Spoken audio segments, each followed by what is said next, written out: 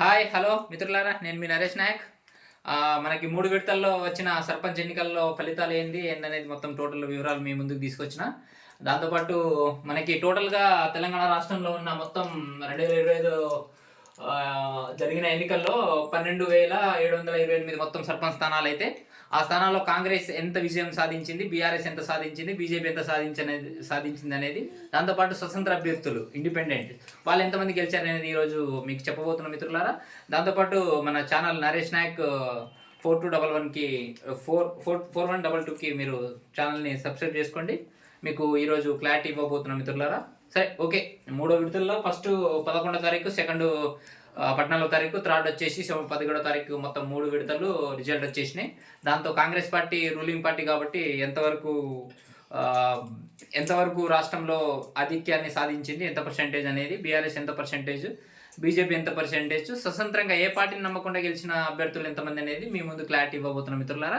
అలాగే మీకు ఏంటంటే, తెలంగాణ రాష్ట్రంలో మొత్తం ఉన్న సర్పంచ్ అభ్యర్థులు 12,728 మొత్తం స్థానాలు ఉంటే, రాష్ట్రంలో 31 జిల్లాలు ఉన్నాయి. మనం కొత్తగా ఏర్పడ్డ జిల్లాలతో పాటు కలిపి మొత్తం 31 జిల్లాల్లో కాంగ్రెస్ పార్టీ వచ్చేసి 66%, 3 పోలింగ్లో 66% కాంగ్రెస్ అభ్యర్థులు సర్పంచ్గా గెలుపొందారు.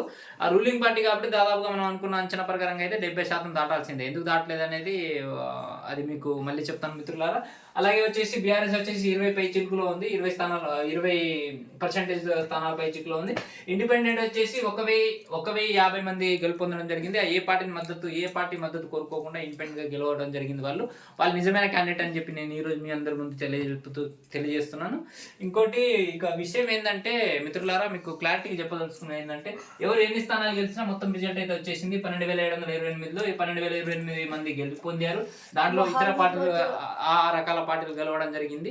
ఆ రకాల పార్టీలు గెలవడంతో పాటు మీ ముందుకు ఈరోజు నేను రాష్ట్రంలో జరిగిన విషయాన్ని కొంతవరకు మీ విషయాన్ని చెప్పదలుచుకున్నా. ఈరోజు కొమరం భీము ప్లస్ ఆదిలాబాదు ప్లస్ సిద్దిపేట, మెదక్ అనుకూలంగా తీసుకుంటే మాత్రం ఈరోజు బీఆర్ఎస్ ముందంశలో కొనసాగినట్టు కనిపిస్తుంది. ఎందుకంటే ఈరోజు న్యూస్ పేపర్లో కూడా ఆ విధంగానే రాశారు, ఆ విధంగానే చెప్పడం జరిగింది. ఇంకో విషయం ఏంటంటే, ఇక్కడ అభ్యర్థులు ఎవరు గెలిచారు, ఎవరు గెలుపొందారు అనేది కాకుండా ఓటమికి పాలైన వాళ్ళు కూడా చాలా మంది ఉన్నారు. ఇక్కడ 12,728 సర్పంచ్ అభ్యర్థులలో 12,728 సర్పంచ్ అభ్యర్థులు ఉంటే, దానికి పోటీగా దాదాపుగా 3,000, 4,000 మంది 12,800 కంటే దాదాపుగా 16,000, 17,000, 18,000, 20,000, 25,000 వరకు పోటీ చేసినా కానీ ఓటమికి పాలైన వాళ్ళకు కూడా నేను ఒక సూచన ఇవ్వదలుచుకున్న మిత్రులారా. ఆ సూచన ఏంటంటే, మీరు ఓటమికి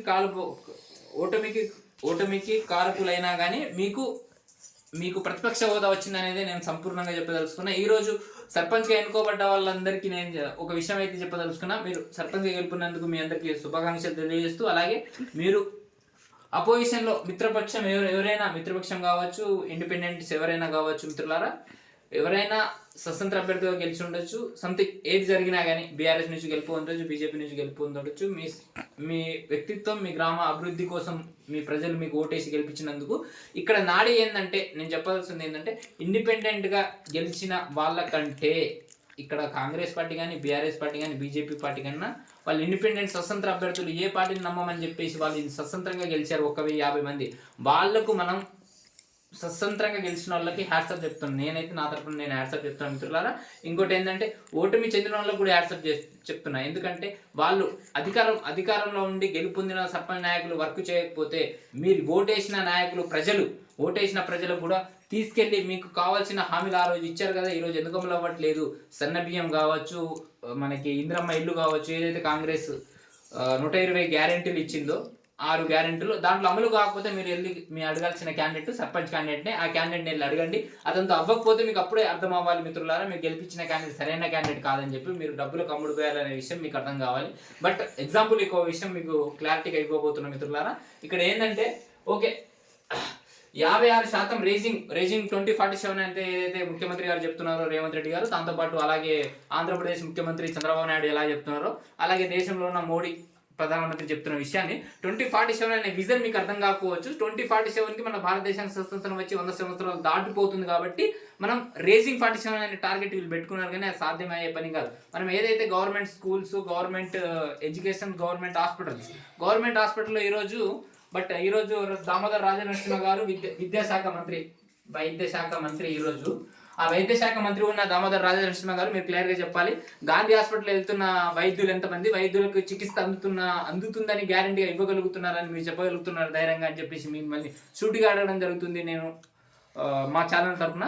ఇంకోటి ఏంటంటే మన ఎడ్యుకేషన్ అనేది విద్యార్థి రంగంలో ప్రైవేట్ కాలేజీలు, ప్రైవేట్ స్కూల్స్ అనేది ముందోర్చలో ఉండి గవర్నమెంట్ స్కూల్స్, గవర్నమెంట్ కాలేజీలు వెనకతరంలో ఎందుకు ఉన్నాయనేది మీరు జవాబు చెప్పాల్సిన అవసరం వచ్చింది ముఖ్యమంత్రి గారు రేవంత్ రెడ్డి గారు. ఇంకోటి ఏంటంటే మీరు అంటారు కదా ఎల్కేజీ, యూకేజీ ఓన్లీ ప్రైవేట్ స్కూల్లో ఉంది, గవర్నమెంట్ స్కూల్లో లేదని చెప్పి దాన్ని నేను అమలు పరిచాలని చెప్పి మీరు చెప్తున్నారు కదా. ఓకే, దాన్ని నేను యాక్సెప్ట్ చేస్తున్నాను ముఖ్యమంత్రి రేవంత్ రెడ్డి గారు. అలాగే మీరు గవర్నమెంట్ స్కూల్లో ఎంతమంది విద్యార్థులకి సరైన వసతులు, సరైన ఫుడ్ అనేది అందుతుందా లేదా అనేది మీ సూచనకు నేను చాలా కస్తూర్బా గర్ల్స్ హాస్టల్లో కూడా చూడడం జరిగింది. ఫుడ్ పాయిజన్ వేయడం వల్ల చాలా మంది అనారోగ్యానికి కారణం అవడం అనేది చూశాను. దాంతోపాటు ఇంకోటి ఏంటంటే ముఖ్యమంత్రి గారు మీరు సూటిగా సమాధానం చెప్పాల్సింది ఏంటంటే మీరు మీడియాకి అనుకూలంగా ఈ విషయాన్ని లోపట్టుగా దాబెట్టి మీడియాకి అనుకూలంగా మీరు సమాధానం చెప్పకుండా మీడియాని ఆ దారికి పోకుండా చూడడానికి మీరే కారకులు కాబట్టి విషయాలు కొన్ని బయటికి రాకపోవడం అనేది ముఖ్య విషయం ఇక్కడ. ఏది ఏమైనా కానీ మనకి మూడు స్థానాల్లో పెట్టిన 11, 14, 17 ఏదైతే 3 వర్గాలుగా మీరు పెట్టిన సర్పంచ్ ఎన్నికల నామినేషన్ ప్లస్ పోలింగ్ కౌంటింగ్ అనేది ఏదైతే పెట్టారో ఏదైనా కానీ మీకు 56% వచ్చింది. మీకు నేను అనుకున్న పర్సెంటేజ్ మీరు రూలింగ్లో ఉన్నారు కాబట్టి 70% నాకు రాలేదంటే దానికి కారణం అపోజిషన్ ప్రతిపక్ష పార్టీ బీఆర్ఎస్ కావచ్చు, అది 20 దాటింది. 20 ఎందుకంటే కొనుగోలులో చాలా మందికి తెలంగాణ సానుభూతి చూపించే వాళ్ళకు కూడా చాలా మందికి ఆ అవగాహన ఉంది కాబట్టి వాళ్ళు సింపతి అనేది అక్కడ చూపించారని మీకు క్లారిటీ చెప్పాలి. మీరు కాంగ్రెస్ జోషు, కాంగ్రెస్ జోరు, కాంగ్రెస్ తీన్మార్ అని చెప్పేసి మీరు ఏదైతే హెడ్లైన్స్ పెట్టారో పేపర్లలో, ఆ పేపర్లన్నీ రూలింగ్ పార్టీకి అనుకూలంగా ఉంటాయి. ఎందుకంటే వాళ్ళ ఆస్తులు కాపాడుకోవాలని కోసం వాళ్ళు రూలింగ్ కోసం అధికారంలోకి ముందుకుంటారని చెప్పేసి క్లారిటీ ఇవ్వబోతున్న మిత్రులారా. ఏదేమైనా కానీ ఓడిపోయిన మిత్రులకి ఒకటే చెప్తున్నాను నేను, మీరు ఏ విషయంలోకి మీకు వెనకాడలేదు, మీకు ఒక గుణపాఠం మాత్రమే అది. మీరు ఏది సందేశం ఏ కారణం చేత మీరు ఆహోతనకి గృహార్చన పనివ్వడం లేదు. నేను కొన్ని